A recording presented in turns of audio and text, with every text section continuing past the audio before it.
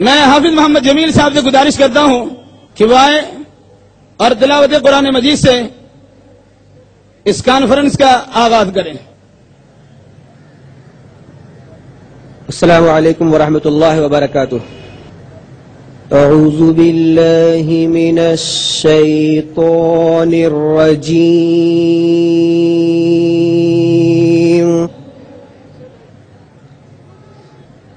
بسم اللہ الرحمن الرحیم.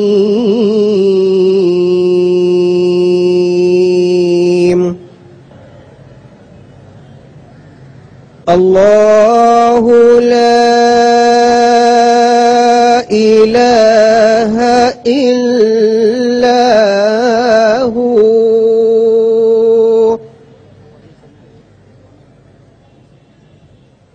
الحی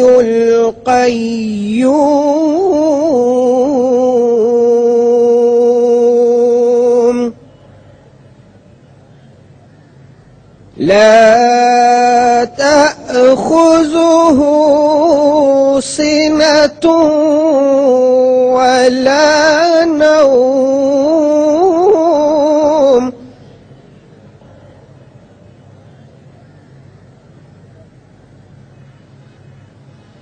له ما في السماوات وما في الأرض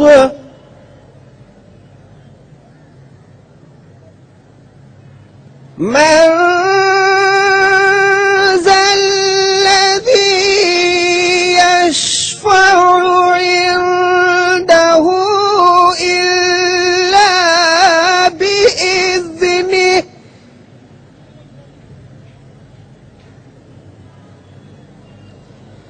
يعلم ما بين أيديهم وما خلفهم ولا يحيطون بشيء من علمه إلا بما شاء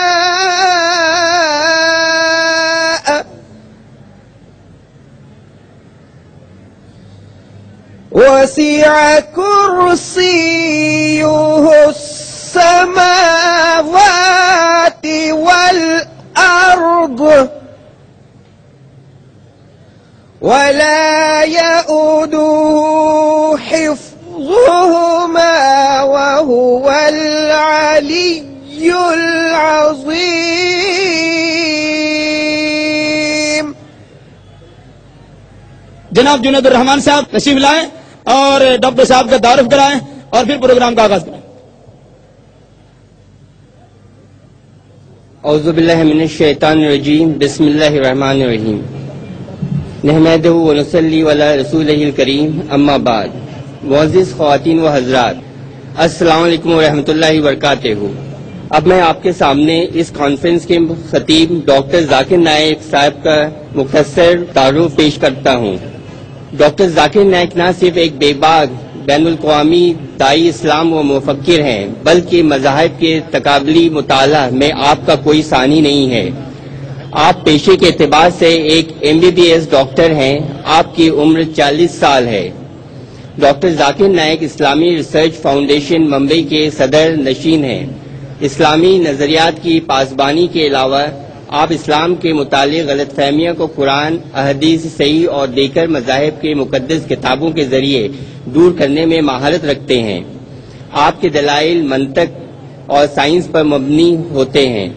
آپ ساری دنیا میں اپنے تنقیدی تجزیوں اور عوامی تقاریر کے دوران حاضرین کے ذریعے کیے گئے سوالات کے مدلل اور تشفی بخش جوابات کے لیے جانے جاتے ہیں. گزشتہ 10 برسوں میں دنیا کے بیشتر ممالک جیسے امریکہ، کینیڈا، UK، سعودی عربیہ، UAE، کویت، قطر، بحران، Australia, New Zealand, South Africa, Botswana, Malaysia, Singapore, Hong Kong, Thailand اور دیگر ممالک میں آپ نے 1000 عوامی خطبات سے نوازا ہے. مزید اس کے آپ نے سرزمین ہندوستان میں 20 عوامی تقاریر پیش کیے ہیں. آپ کے دیگر مذاہب کے اہم شخصیات کے ساتھ کئی مذاکروں اور مباحثوں میں شرکت کر کے اپنی بے پناہ صلاحیتوں کا لوہا منوایا ہے.